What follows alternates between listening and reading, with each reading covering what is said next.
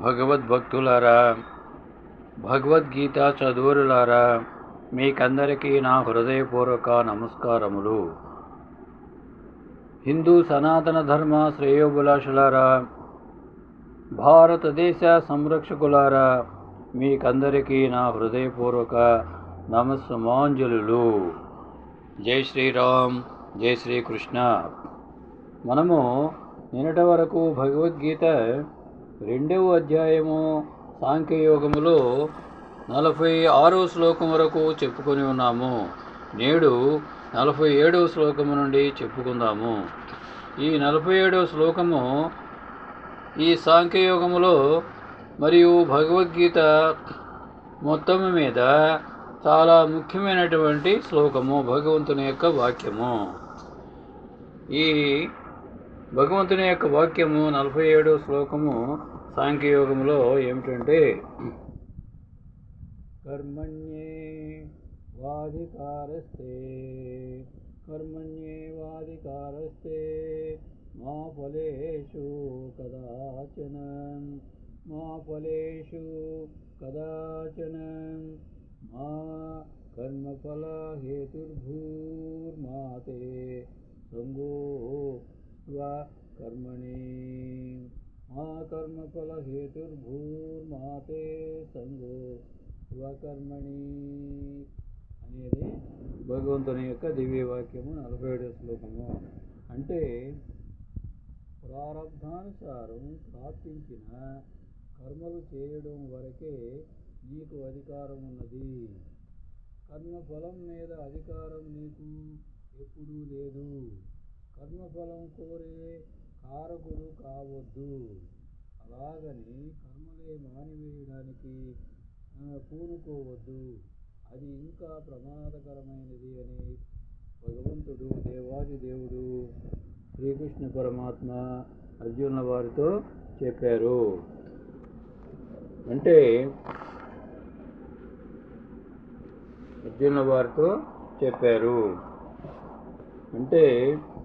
నీ విద్యుక్త ధర్మమును నిర్వహించడానికి నీకు అధికారం ఉన్నది, కానీ కర్మఫలములో కాదు. నీ కర్మఫలాలకు నీవే కారణమని ఎన్నడూ భావించకు. అలాగే నీ విధిని నిర్వహించకపోవడంలో ఆసక్తి చూపకు అనేది తాత్పర్యము. భగవంతుని యొక్క దివ్య వాక్యానికి తాత్పర్యము. దీనికి వివరణ భాష్యము ఏమిటంటే, మానవుడు స్వతంత్రుడా అస్వతంత్రుడా అనే విషయాన్ని ఈ శ్లోకం స్పష్టం చేస్తున్నది. మానవుడు అనేటువంటి వాడు స్వతంత్రుడా అస్వతంత్రుడా అనే విషయాన్ని ఈ శ్లోకం బాగా స్పష్టం చేస్తున్నది. మానవుడు ప్రారబ్ధబద్ధుడు, గత జన్మల కర్మఫల బద్ధుడు, అందుచేత నిశ్చయంగా అస్వతంత్రుడే అని అర్థం చేసుకోవాలి. కానీ ఏ కర్మ చేయాలో నిర్ణయించుకొని దానిని చేయడం వరకు మానవునికి సంపూర్ణ స్వేచ్ఛ ఉన్నది. ఒకసారి కర్మ చేశాక కర్మ ఫలితం అతని చేతులలో లేదు. కర్మ యొక్క ఫలితం కర్మ నియమాన్ని అనుసరించి వస్తుంది. కర్మఫలమైన సూక్ష్మ భాగం వాసనా రూపంలో ప్రవేశించి అతడిని మళ్ళీ అటువంటి కర్మలకు ప్రేరేపించి మానవుని భవరోగములో కట్టిపడవేస్తుంది. మంచి కర్మ చేసినప్పుడు మంచి ఫలము, అలాగే చెడు కర్మ చేసినప్పుడు చెడు ఫలము రాకుండా ఎవరూ ఆపలేరు. ఇక్కడ ఇది యథార్థమైనది. మంచి కర్మలు చేస్తే మనకు మంచి ఫలితం వస్తుంది. అలాగే చెడు కర్మలు చేస్తే చెడు ఫలితం వస్తుంది. ఆ విధంగా వచ్చేటువంటి వాటిని ఎవరూ ఆపలేరు. ఇదే కర్మనీతి. దానినే కర్మనీతి అని అంటారు. ఈ నియతే సృష్టి ఆరంభంలోనే విధాతచే నిర్ణయించబడింది. కనుక దీని నుండి హరిహర బ్రహ్మాదులైనా తప్పించుకోలేరు. మరి మనమెంత అని మనం అర్థం చేసుకోవాలి. ఒక అసామాన్య శక్తి మానవునికి ఉన్నది. భగవంతుడు మానవునికి ఒక అసామాన్య శక్తిని ఇచ్చారు. తాను కర్మఫలాన్ని కోరుకుంటూ ఆసక్తిగా కర్మ చేస్తేనే ఈ కర్మ సిద్ధాంతం పనిచేసి మనల్ని అంటుకుంటుంది.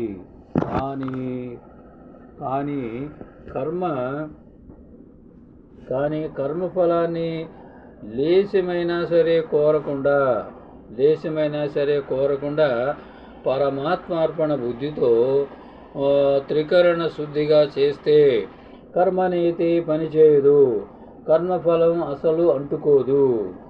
ఈ యథార్థాన్ని సాధకుడు చక్కగా గ్రహించి నిష్కామంగా కర్మ చేస్తే కర్మబంధం నుండి అతడికి స్వేచ్ఛ వస్తుంది. సంసార సాగరమనే రోగములో పడడు.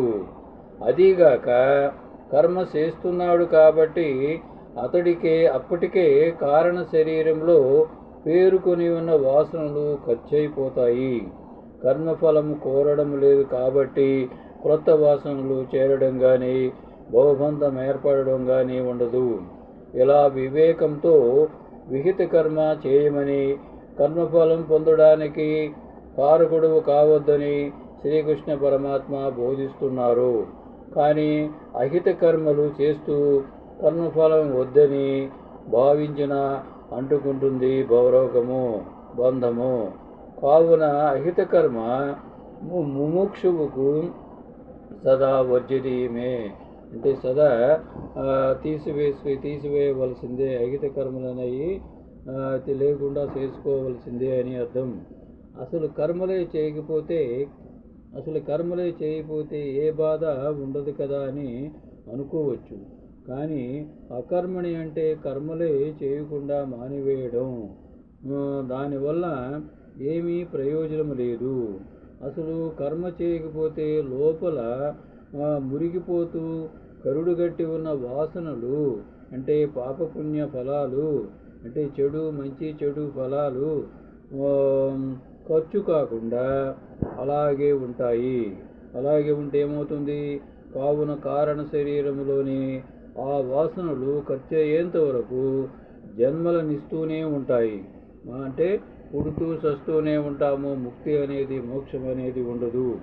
అందుచేత నిష్కామ కర్మయోగంలో కర్మఫలంపై కోరిక లేకుండా విహిత కర్మాచరణమే మానవునకు కర్తవ్యమని ఇక్కడ పరమాత్మ బోధిస్తున్నారు.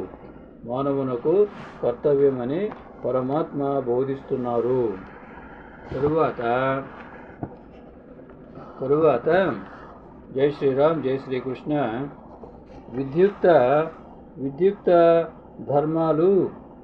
ధర్మాలు, దుష్కర్మలు, అకర్మ అనే 3 రకాల విషయాలు ఇక్కడ మనకి తెలుస్తున్నాయి.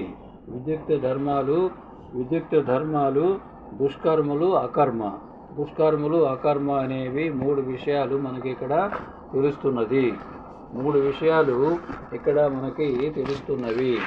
అవి ఏమిటంటే 3 విషయాలు మనకి ఇక్కడ తెలుస్తున్నవి. అవి ఏమిటంటే, మనిషికి అబ్బినట్టి ప్రకృతి గుణాలను అనుసరించి ఉపదేశించబడిన కర్మలే విద్యుక్త ధర్మాలు. దుష్కర్మలంటే ప్రామాణికుని అనుమతి లేకుండా చేసే కర్మలని అర్థము. విద్యుక్త ధర్మాలను చేయకపోవడం అకర్మ అవుతుంది. అర్జునుడు అకర్మునిగా కావద్దని, ఫలాసక్తి లేకుండా విద్యుక్త ధర్మం నిర్వహించాలని భగవంతుడు ఉపదేశించారు. తన కర్మఫలం పట్ల ఆసక్తుడయ్యేవాడు కర్మకు కూడా కారణమవుతాడు. కనుక ఆ విధంగా అతడు అట్టి కర్మఫలాలచే సుఖీ లేదా దుఃఖీ అవుతాడు అని మనం తెలుసుకోవాలి. విద్యుక్త ధర్మాలకు సంబంధించినంత వరకు వాటిని నిత్య కర్మ, అత్యవసర కర్మ, ఇష్టమైన కర్మ, నిత్య కర్మ, అత్యవసర కర్మ, ఇష్టమైన కర్మ అనే 3 తరగతులుగా విభజించవచ్చును. శాస్త్రాదేశానుసారముగా ఫలవాంఛ లేకుండా విధిగా నిర్వహించబడే నిత్యకర్మ సత్వగుణ కర్మ అవుతుంది. ఫలముతో కూడిన కర్మ బంధకారణమవుతుంది. కనుక అట్టి కర్మ మంగళకరము కాదు. విదిక్త ధర్మ విషయములో ప్రతి ఒక్కరికి సొంత అధికారము ఉన్నది, కానీ ఫలాసక్తి లేకుండా అతడు వర్తించాలి. అటువంటి అపేక్షారహితమైన విద్యుక్త కలాపాలు నిస్సందేహంగా మనిషిని మోక్షపదానికి నడిపిస్తాయి. కనుక ఫలాసక్తి రహితంగా విధిగా యుద్ధం చేయమని అర్జునునికి భగవంతునిచే ఉపదేశించబడింది. యుద్ధములో అతడు పాల్గొనకపోవడం ఇంకొక రకమైన ఆసక్తి. అటువంటి ఆసక్తి మనిషిని ఏనాడు మోక్షపదానికి నడిపించదు. ఏ ఆసక్తి అయినా అది మంచిదే కానీ చెడ్డదే కానీ బంధానికి కారణమవుతుంది. అకర్మ పాపమయము. అకర్మ అసలు కర్మే చేయకుంటే అది ఇంకా పాపంతో కూడినది. కనుక విధిగా యుద్ధము చేయడమే అర్జునునికి ఏకైక మంగళకరమైన ముక్తిపదము అని ఇక్కడ మనకు అవగాహన అవుతున్నది భగవంతుని యొక్క ఉపదేశం వలన. తరువాత 48వ శ్లోకము, భగవంతుని యొక్క అమృత వాక్యము. 48వ శ్లోకము, యోగస్థః కురు కర్మాణి సంయం త్యక్త్వా ధనంజయ సిద్ధ్యోః నమో భూత్వా సమత్వం యోగ ఉచ్యతే అనేది భగవంతుని యొక్క అమృత వాక్యము. దీనికి తాత్పర్యం ఏమిటంటే, ఓ అర్జున, జయము అపజయము పట్ల సమస్త ఆసక్తిని విడిచిపెట్టి సమత్వ భావనలో నీ విధిని నిర్వహించు. అటువంటి సమత్వమే యోగమని పిలువబడుతుంది. దానినే యోగమని అంటారు. యోగంలో వర్తించమని అర్జునుడితో శ్రీకృష్ణుడు చెప్తున్నారు. ఇక ఆ యోగం అంటే ఏమిటి? నిరంతరము కలతపెట్టే ఇంద్రియాలను, మనకున్నటువంటి ఇంద్రియాలు నిరంతరము కలతపెడుతూ ఉంటాయి. వాటిని నిగ్రహించి మనస్సును పరబ్రహ్మము అంటే భగవంతునిపై లగ్నము చేయడమే దానినే యోగము అని అంటారు. మరి పరబ్రహ్మం ఎవరు అని అంటే, పరబ్రహ్మము అంటే భగవంతుడే అని మనం ఇక్కడ అర్థం చేసుకోవాలి. సాక్షాత్తుగా అతడే అంటే భగవంతుడే యుద్ధం చేయమని చెబుతున్నాడు కనుక అర్జునునికి యుద్ధ ఫలితాలతో ఎటువంటి సంబంధము లేదు. లాభము లేదా జయము అనేవి కృష్ణునికి సంబంధించిన విషయాలు. కృష్ణాదేశానుసారము పని చేయమని మాత్రమే అర్జునునికి ఉపదేశించబడింది. కృష్ణాదేశ పాలనమే నిజమైన యోగము. మనము కూడా కృష్ణుని యొక్క ఆదేశానుసారము, ఆయన యొక్క ఆదేశ పాలన ప్రకారం మనం వర్తిస్తే అదే మనకు నిజమైన యోగము అవుతుంది అని మనమందరము గ్రహించాలి. కృష్ణ భక్తి భావన అని పిలువబడే విధానంలో ఇది ఆచరింపబడుతుంది. కేవలము కృష్ణ భక్తి భావన ద్వారానే మనిషి స్వామ్య భావనను విడిచిపెట్టగలుగుతాడు, అంటే స్వార్థ భావనను విడిచిపెట్టగలుగుతాడు. మనిషి కృష్ణదాసుడు లేదా కృష్ణదాసునికి దాసుడు కావాలి. అంటే ప్రతి మనిషి కూడా కృష్ణదాసుడు అవ్వాలి, లేదా కృష్ణునికి దాసులు ఉంటారు కదా, వారికి దాసులన్నా కావాలి. అంటే విశుద్ధ భక్తులు ఉంటారు, వారికి దాసులన్నా అవ్వాలి, కృష్ణునికి దాసులన్నా అవ్వాలి. అంటే ఇక్కడ కృష్ణుని యొక్క దాసుడు ఒక్కటే అని అర్థము. భగవంతుడు భగవద్భక్తుడు ఒక్కటే, అంటే విశుద్ధ భక్తుడు కావాలి. మరి ఆ వికృత భక్తుడు, అంతఃకరణ శుద్ధి లేనటువంటి భక్తుడు, చెడు భావాలు, అక్కడేమో భక్తి కనిపించేటట్టుగా ఉంటాడు. తరువాత అతను చేసేటటువంటి కార్యక్రమాలన్నీ కూడా సరిగా ఉండవు. అటువంటి వారు కృష్ణదాసుడు అనబడరు, వారు పరిశుద్ధమైనటువంటి కృష్ణదాసుడు అనబడరు. పరిశుద్ధమైన కృష్ణదాసుడు ఎవరైతే ఉంటారో ఆ దాసుడికి కూడా మనము దాసులు అవ్వాలి. కృష్ణుడికై దాసులు అయినా, అలాంటి భక్తులకు దాసులు అయినా కూడా ఒకటే అవుతుందని ఇక్కడ అభిప్రాయము. కృష్ణ భక్తి భావనలో విధి నిర్వహణకు ఇదే సరి అయిన మార్గము. అదే అతనికి యోగంలో పనిచేయడానికి తోడ్పడుతుంది. జై శ్రీరామ్, జై శ్రీకృష్ణ. అర్జునుడు ఏంటి? క్షత్రియుడు. అతడు నిజానికి వర్ణాశ్రమ ధర్మ విధానములో నెలకొని ఉన్నాడు. వర్ణాశ్రమ ధర్మ పద్ధతిలో విష్ణు ప్రీతియే పూర్ణ లక్ష్యమని విష్ణు పురాణములో చెప్పబడింది. స్వీయ సంతృప్తి భౌతిక జగత్తులో నియమము. కానీ మనిషి తనను సంతృప్తి పరచుకోవడం గాక శ్రీకృష్ణుని సంతృప్తిపరచాలి. తనను సంతృప్తిపరచుకోవడమే గాక శ్రీకృష్ణుని సంతృప్తిపరచాలి. శ్రీకృష్ణుని మనం సంతృప్తిపరిస్తే ఆ శ్రీకృష్ణుని యొక్క కృపా కటాక్షములు మనపై విస్తారముగా లభిస్తాయి. శ్రీకృష్ణుని పరచనిదే అతడు వర్ణాశ్రమ ధర్మ నియమాలను చక్కగా పాటించలేడు.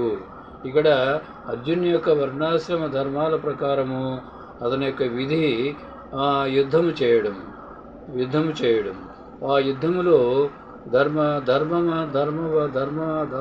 ధర్మం వైపు పోరాడము, అధర్మాన్ని ఖండించడము, జయించడము అనేది జరుగుతుంది. కృష్ణుడు చెప్పినట్లుగా నడుచుకోమని అర్జునుడికి పరోక్షంగా ఇక్కడ బోధించబడింది. జై శ్రీరామ్, జై శ్రీకృష్ణ. మనము ఇంతటితోటి విరమించుకుందాము. రేపు 49వ శ్లోకము నుండి చెప్పుకుందాము. జై శ్రీరామ్, జై శ్రీకృష్ణ. హరే రామ హరే రామ, రామ రామ హరే హరే, హరే కృష్ణ కృష్ణ కృష్ణ హరే హరే.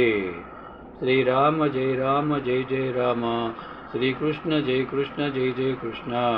భగవద్గీత శరణం శరణం, రామపాదం శరణం శరణం. భగవద్గీత శరణం శరణం, రామపాదం శరణం శరణం. కృష్ణపాదం శరణం శరణం. భగవద్గీత శరణం శరణం, భగవద్గీత శరణం శరణం. భగవద్గీత అభయం అభయం, భగవద్గీత అభయం అభయం. భారతదేశం శుభం శుభం, భారతదేశం శుభం శుభం. భగవద్గీత హిందూ జయం జయం, భగవద్గీత హిందూ జయం జయం. ఇట్లు భగవద్గీత హిందూ మిషన్ వెంకటరామ సేవక్. భారత మాతా కీ జై.